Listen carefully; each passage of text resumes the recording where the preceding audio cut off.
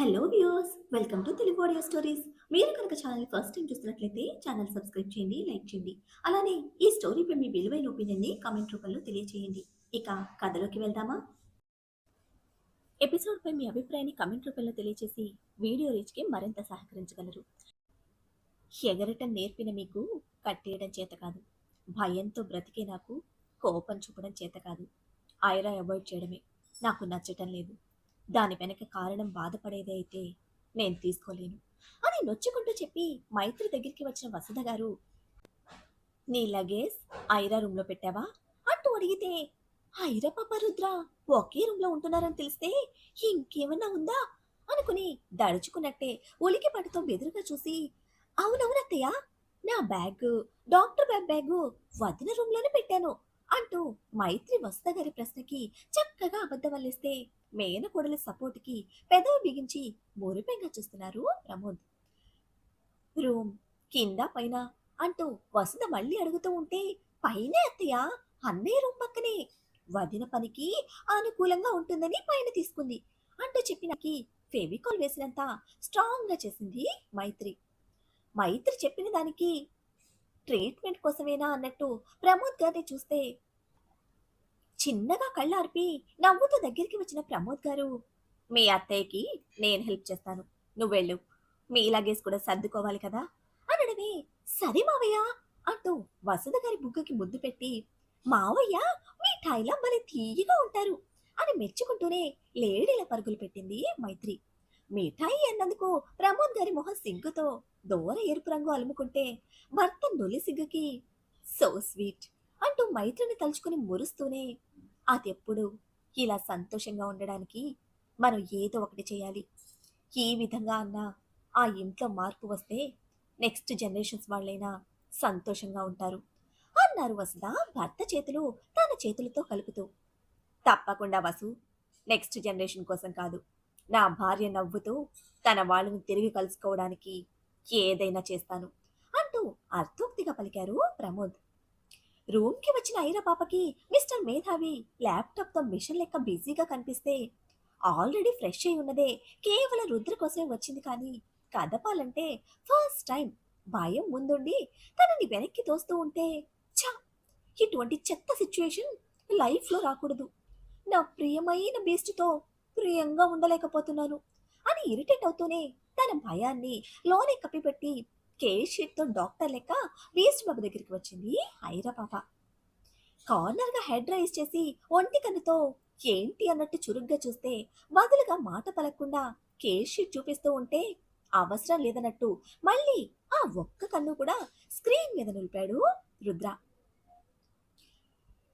పేషెంట్లా report చేయి, డాక్టర్లా note చేసుకుంటాను అంటూ తన టెన్షన్ కవర్ చేసుకుంటూనే ఏదో ట్రై చేస్తూ ఉంటే టేబుల్ మీద laptop Rudra left hand force కి నేల మీదకి వెళ్లి పడితే రైట్ హ్యాండ్ తో గుంజిన ఐరా పాప రుద్ర ఒళ్ళోకి వచ్చి పడింది. బెదురు కంగారు నిండిన కళ్ళను అదిరిపట్టుగా రుద్ర ఫేస్ మీద నిలిపి కేస్ షీట్ చూపిస్తూ ఉంటే అది లాక్కుని విసిరికొట్టి, ఇప్పుడు చెప్పు అన్నట్టు చురుగ్గా కళ్ళలో కళ్ళు నిలిపిన బీస్ట్ బాబుతో, I like your muscle power, but right now you are patient అంటూ తను కేవలం వర్క్ పర్పస్ మాత్రమే వచ్చానని నొక్కి చెప్పడంతో నెక్స్ట్ సెకండ్ వడిలో ఉన్న ఐరా పాప ఫ్లోర్ మీదకి చేరితే తన బాడీ మీదకు చేరిన రుద్ర బరువు కింద గట్టిగా ఊపిరి తీసుకుంటోంది ఐరా. అలా కుదరలేదని చీలా కట్టేస్తున్నావా అంటూ పళ్ళు పటపటలాడించేస్తున్న డాక్టర్ పాపని చూస్తూ, ఆన్సర్ అంటూ ఒక్కటి మాట రుద్ర నోటి నుంచి. క్వశ్చన్ తెలియకుండా ఆన్సర్ ఎలా చెప్తారు అంటూ రుద్ర వెయిట్ కింద బిగపట్టిన గుండెతో ఐర పట్టి పట్టి చెప్తూ ఉంటే ఎద మీద నిలిపిన తల పైకి లేపి కళ్ళలోకి సూటిగా చూస్తే తెలిసి కూడా రెట్టిస్తున్నావు అన్నట్టుంది ఆ చురుకైన చూపులోని మీనింగ్. ఆన్సర్ చెప్పలేని ఇరకాటంతో వెళ్ళాలి అంటూ గుర్తు చేస్తూ ఉంటే, మార్నింగ్ నా కోసం నేను నీ కోసం కొన్న హాఫ్ శారీ కట్టావు, ఒక్కసారి నా దగ్గరికి వచ్చావా అంటూ సూటిగా అడిగిన ప్రశ్న ఐరా కళ్ళను పక్కకు తిప్పేలా చేస్తే రుద్రకి చూపించాలని ఎంతో ఇష్టంగా కట్టుకుంది. బట్ అన్ఎక్స్పెక్టెడ్ గా వచ్చిన టెన్షన్ సర్ప్రైజ్ ఉక్కిరి బిక్కిరి చేసి ఫైనల్ గా రుద్ర ప్రశ్నతో బరువుగా మారిపోయిన బ్రెయిన్ కి స్నానంతో రిలాక్సేషన్ ఇవ్వాలనుకున్న ఐరా పాపకి ఈ రోజు ఏంటో అస్సలు కలిసి రాలేదు. అన్నిటిలో ఇరుక్కుపోయి చివరికి రుద్ర ప్రశ్న కింద చిక్కుకుపోతే లుక్ ఎట్ మీ అంటూ ఐరా బాడీ మీద వెయిట్ తగ్గించి ఫేస్ స్ట్రైట్ గా పెడితే వెళ్ళాలి అంటూ చెప్పింది మళ్ళీ. ఆన్సర్ చెప్పే వరకు వెళ్లేదే లేదు అంటూ బెదిరిస్తున్నట్టే చెప్పిన బాబు హాఫ్ శారీలో చాలా బాగున్నావు. కాసేపు నాతో ఉంటే ఇంకా బాగుండేది. నా నుంచి దూరంగా ఉండడం ఇష్టం లేదని తెలుసు. పేరెంట్స్ టెన్షన్ అని కూడా తెలుసు. వీటితో పాటు కొత్తగా మీ ప్రొఫెసర్ నిన్ను ఇంకా దేనితోనో లాక్ చేశాడు. నీలో నాకు నచ్చేది ఇదే. నీ చుట్టూ ఉన్న అన్ని ప్రాబ్లమ్స్ నువ్వే సాల్వ్ చేయాలనుకుంటావు. అన్నిటికీ రెస్పాన్సిబిలిటీ తీసుకుంటావు. వీటన్నిటి మధ్య కూడా నవ్వుతూ ఉంటావు. నాకు చేత కానిది నీలో కనిపించి నన్ను నీకు కట్టేసింది అంటూ నిజాయితీగా బాబు కాంప్లిమెంట్స్తో పాటు తన ఎమోషన్స్ కూడా చెప్తూ ఉంటే స్లోగా ఐరా పాప చేతులు బీస్ట్ బాబు మెడ చుట్టేశాయి. ల్యాబ్లో దగ్గరుండి హెయిర్ శాంపుల్ రిపోర్ట్ కలెక్ట్ చేసుకున్న చేతన్కి అందులో ఉన్న రిజల్ట్ చూడగానే కాళ్ల కింద భూమి కదిలినట్టు అనిపించింది. రుద్రతో 99.99% మ్యాచ్ అవుతున్న మయూరి డిఎన్ఏ శాంపిల్స్ చేతన్ని చలనం మరిచేలా చేస్తే ఆ షాక్ నుంచి కోలుకోవడానికి ఫుల్ బాటిల్ వాటర్ ఖాళీ చేసి తల పట్టుకుంటూ ఫస్ట్ నుంచి ఐరా డౌట్ పడింది నిజమైంది అనుకున్నాడు. ప్రొఫెసర్ మైండ్ సెట్ కి దగ్గరగా ఉన్న రుద్ర మైండ్ సెట్ ఇద్దరిని కొన్నిసార్లు ఆశ్చర్యానికి గురి చేస్తే మరికొన్నిసార్లు ఆలోచించేలా చేసింది. రైట్ నౌ మయూరి మీద రుద్ర ఎందుకు అంత స్పెషల్ కన్సర్న్ చూపిస్తున్నాడో రిపోర్ట్స్ కళ్లకు కట్టినట్టు చెప్తూ ఉంటే నిమిషాల గ్యాప్తో తన ఎమోషన్ సెట్ చేసుకుని సిద్ధార్థ్కి ఫోన్ చేశాడు చేతన్. 99.99% మ్యాచ్ అయింది. ఈ రిపోర్ట్ రుద్ర తల్లి మయూరి గారని చూపిస్తున్నాయి. ఇది మీకు ముందుగానే తెలుసా ప్రొఫెసర్ అంటూ తొట్రుపడుతూ ఉన్న గొంతుతో ప్రశ్నిస్తూ ఉంటే "ఉమ్, వాడు నా రక్తం అని తెలిసినప్పుడే అర్థమైంది. మా ఇద్దరి ప్రేమకి రుద్ర ప్రతిరూపమని. కానీ కాస్త లేటుగా తెలుసుకున్నాను అంటూ జవాబు చెప్పిన సిద్ధార్థ స్వరంలో ఆ ఎమోషన్ ధ్వనిస్తూ ఉంటే ఇన్ని సంవత్సరాల సిద్ధార్థ్ ఒంటరి జీవితం కళ్ళ ముందు కదిలిన చేతన్ గుండె బరువెక్కింది. ఇఫ్ యూ డోంట్ మైండ్, అది నా మయూరి కోసం. దాన్ని జాగ్రత్తగా అందంగా గిఫ్ట్ ప్యాక్ చేయించి తీసుకురాగలవా? అండ్ మోస్ట్లీ ఇంపార్టెంట్, గోల్డెన్ రేపర్తో ప్యాక్ చేయించి డార్క్ గ్రీన్ కలర్ రిబ్బన్తో డెకరేట్ చేయాలి. సింపుల్గా రాయల్ లుక్తో చాలా బాగుంటుంది.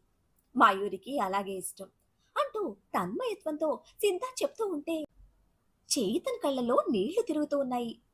ఎన్ని సంవత్సరాలు ఇంత ప్రేమకు దూరంగా ఎలా ఉండగలిగారు ప్రొఫెసర్ అంటూ బాధపడుతూ అడిగితే నేను నా ప్రేమకు దూరంగా లేను చేతన్, కేవలం మనిషికి మాత్రమే దూరంగా ఉన్నాను అంటూ చెప్పిన సిద్ధార్థ్ రిపోర్ట్ జాగ్రత్త, నా మయూరికి నేను ఇవ్వబోతున్న ప్రెషియస్ గిఫ్ట్ అది అంటూ స్ట్రెస్ చేసి చెప్పడంతో నీళ్లు జారుతున్న కళ్ళతో నవ్వుతూనే ఇప్పటి వరకు ఇది కేవలం రిపోర్ట్ మాత్రమే ప్రొఫెసర్.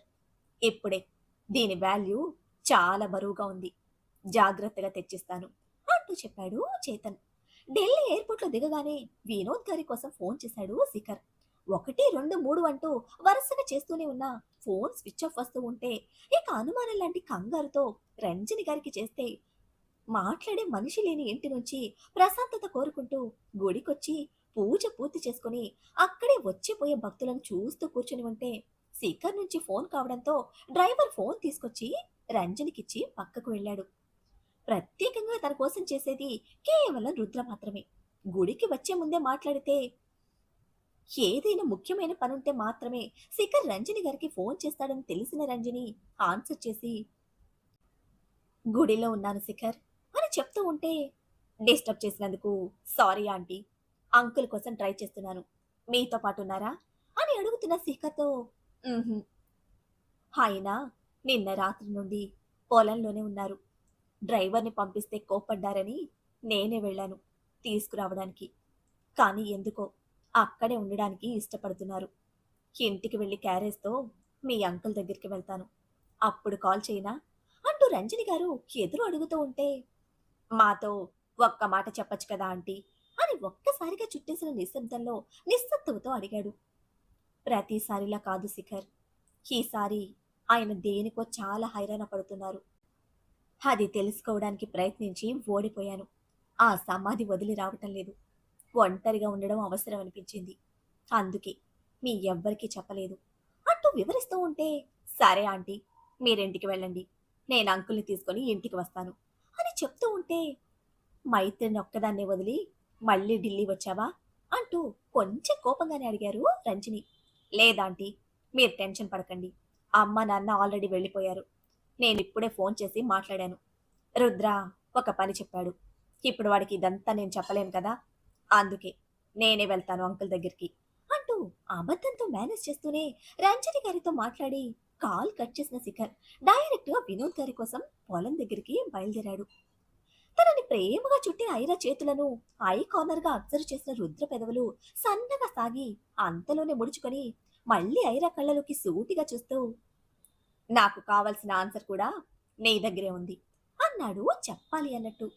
రుద్ర ప్లీజ్ అని రిక్వెస్ట్ చేస్తూనే నెక్ మీద వేళ్లతో నెమ్మదిగా రబ్ చేస్తూ ఉంటే, కాల్ మీ బీస్ట్, నా పేరుతో కన్నా నువ్వు పెట్టిన పేర్లతో పిలిస్తేనే నాకు చాలా నచ్చుతుంది అంటూ సున్నితంగా ఫోర్ హెడ్ కి కిస్ ఇచ్చి వదలని ప్రశ్నతో సమాధానం కోసం చూస్తూ ఉంటే, చెబితే ఇలా ఉండవు, బీస్ట్లా మారిపోవడానికి this is not right time అంటూ నిజం తెలిసిన తర్వాత కలిగే పరిణామాలను ఐర ముందస్తుగానే హెచ్చరిస్తూ ఉంటే, "ఉమ్, నన్ను బీస్ట్లా మార్చే ఆన్సర్ నీ దగ్గర దాచుకొని కూడా నవ్వుతూ నన్ను మాయ చేస్తున్నావు" అన్నాడు కోపాన్ని నింపుకున్న కళ్ళతో.